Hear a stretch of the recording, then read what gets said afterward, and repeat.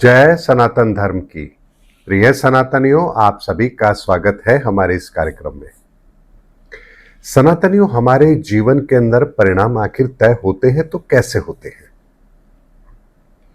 दुनिया को यदि आप देखेंगे, अपने आसपास के लोगों को देखेंगे, अगर स्वयं को भी देखेंगे तो आपको लगेगा हर व्यक्ति कर्म तो कर रहा है, हर व्यक्ति मंदिर जा रहा है, हर व्यक्ति धार्मिक नजर आता है, हर व्यक्ति बेहतर तरीके से अपनी बात रख रहा है, कह रहा है। प्रथम दृष्टया हमें यह लगेगा कि हां, सब कितने मधुरभाषी हैं, कितने बेहतर तरीके से जिंदगी को व्यवस्थित कर रहे हैं। लेकिन वास्तविकता वो तो इसके बिल्कुल विपरीत है। यानी व्यक्ति के जीवन में अशांति है, सुकून नहीं है, परेशानियां है, भयभीत है, परिणामों को लेकर के भयभीत है। कल क्या होगा, मेरा क्या होगा, मेरे बाद क्या होगा, ऐसी बहुत सारी चिंताओं से हमेशा घिरा रहता है। तो आखिर इन सब के पीछे वो कौन सा सनातन का रहस्य है जो हमारी इन समस्त परेशानियों को सुलझाता भी है और हमें मार्ग भी दिखाता है?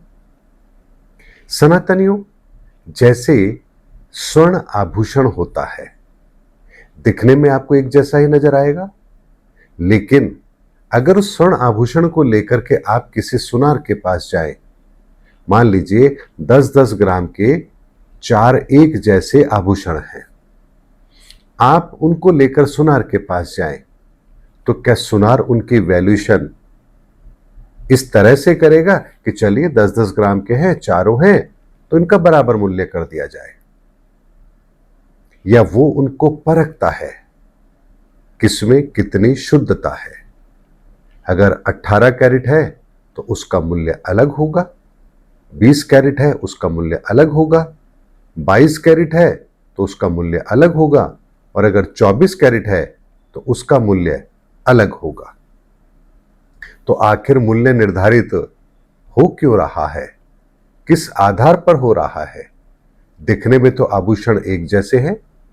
ठीक इसी तरह से हम इंसान भी बाहर से एक जैसे दिखते हैं, हंसी खुशी से चलते फिरते अपनी जिंदगी को जीते हुए नजर आते हैं, लेकिन हर व्यक्ति की वैल्यू अलग अलग है। ये वैल्यू किस आधार पर तय होती है? ये होती है आपके विचारों के आधार पर, आपके कर्मों के आधार पर। आपके कर्मों में, आपके विचारों में कितनी शुद्धता है। जितनी शुद्धता आपके कर्मों में होगी, आपके विचारों में होगी, परिणाम आपको उसी तरह से मिलेंगे। यानी ये प्रकृति आपका मूल्य उसी तरह से लगाती है। इसीलिए एक व्यक्ति कोई कार्य करता है तो उसके परिणाम अलग होते हैं, और वही कार्य जब कोई दूसरा व्यक्ति करता है तो उसके परिणाम अलग होते हैं।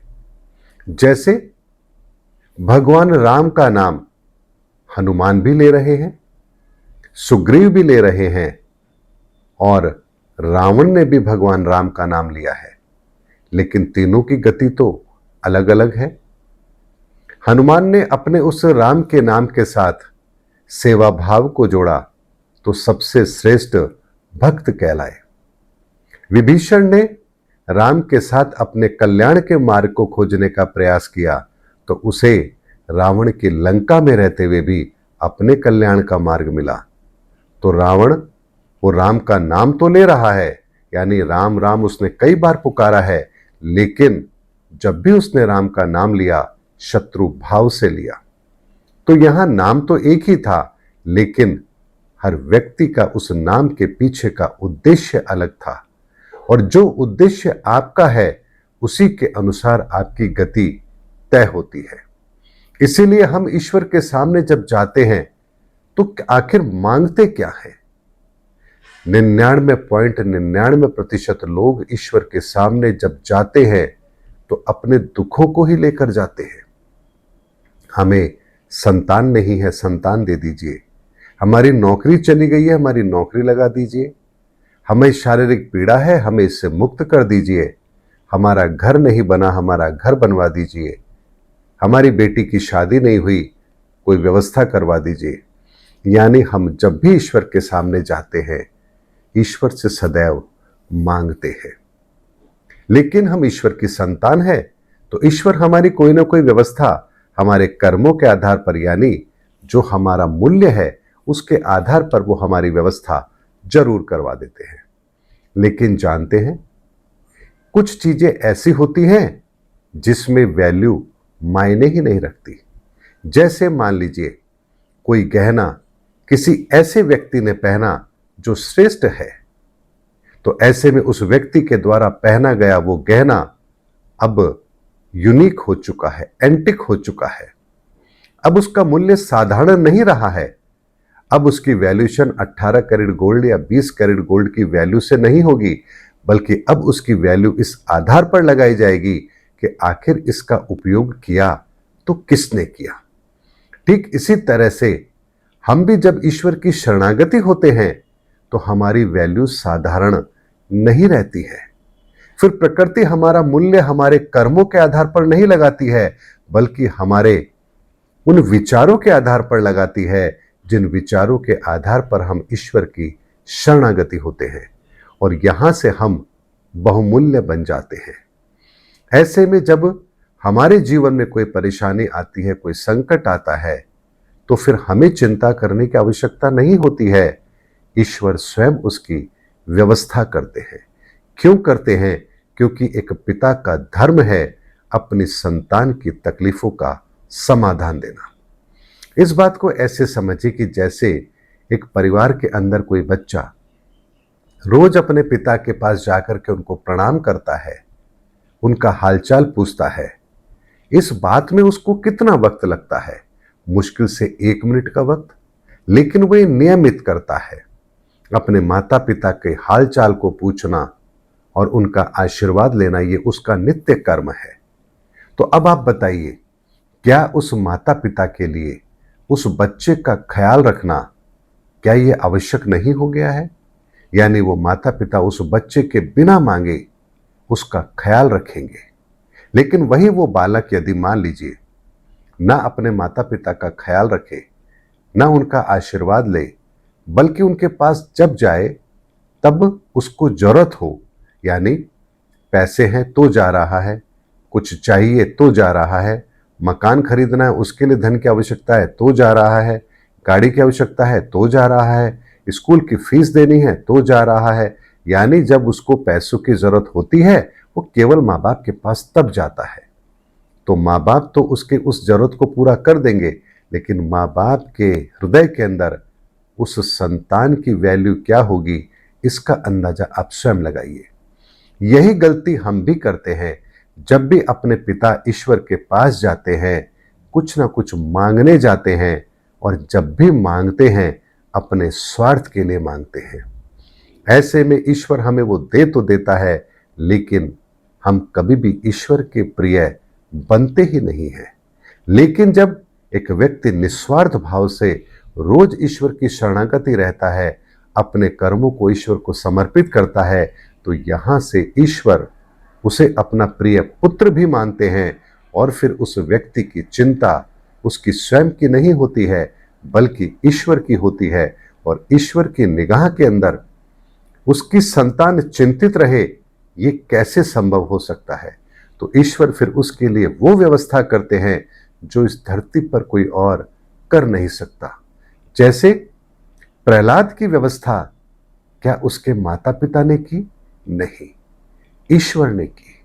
और कैसी व्यवस्था की कि जिस होलिका को स्वयं को वरदान था कि अग्नि उसका कुछ नहीं बिगाड़ सकती, वही अग्नि होलिका को जलाकर भस्म कर देती है, और प्रहलाद का कुछ भी नहीं बिगड़ता। वही द्रौपदी जब पुकारती है अपने परिजनों को, कोई परिजन उसकी मदद नहीं करता, लेकिन जब वो ईश्वर को पुकारती है तो ईश्वर उसकी लाज रखते हैं।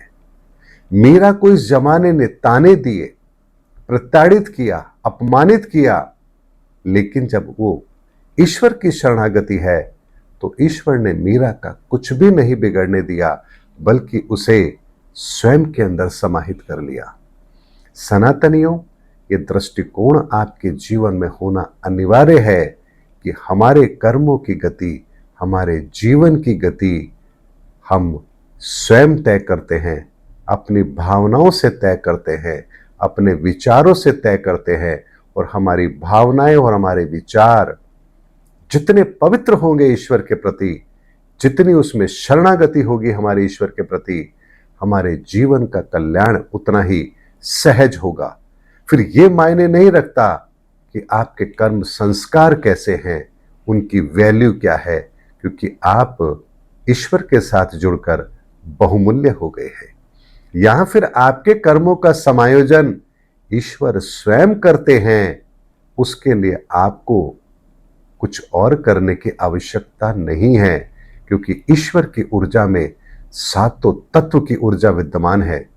और अगर उसको आपने अपने भीतर धारण कर लिया तो आपके सातों तत्व अपने आप बैलेंस हो जाएंगे।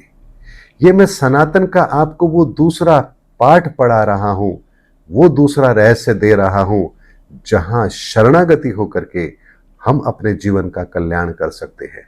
लेकिन यदि ये आप स्वार्थ के वशीभूत होकर कर रहे हैं, दुनिया को दिखाने के लिए कर रहे हैं, दुनिया को दिखाने के लिए कर रहे हैं कि आप कितने बड़े भक्त हैं, तो ये आपका भ्रम है। यहां आपका कल्याण नहीं होगा। आपकी भावना मायने रखती है, आपके पवित्र विचार मायने रखते हैं कि आप अपना कल्याण कैसे कर पाएंगे। इसीलिए हमारे जीवन में कुछ उपायों को शामिल करके पहले हमारे भीतर के विचारों को पवित्र किया जाता है, और फिर जैसे जैसे हमारे भीतर के विचार निर्मल होते हैं, हमारे भीतर भक्ति भाव पैदा होता है, और यहीं से हमें ईश्वर की शरणागति प्राप्त होती है। इसीलिए सनातनियों, जीवन की गति का सिद्धांत बहुत सरल है, बस समझने वाला चाहिए। उम्मीद करता हूं सनातनियों, आज का वीडियो आपको जीवन में एक मार्गदर्शन जरूर देगा। मिलेंगे अगले वीडियो के अंदर, तब तक के लिए आप सभी को जय सनातन धर्म की, जय धर्मयुग की, जय सनातन विश्व।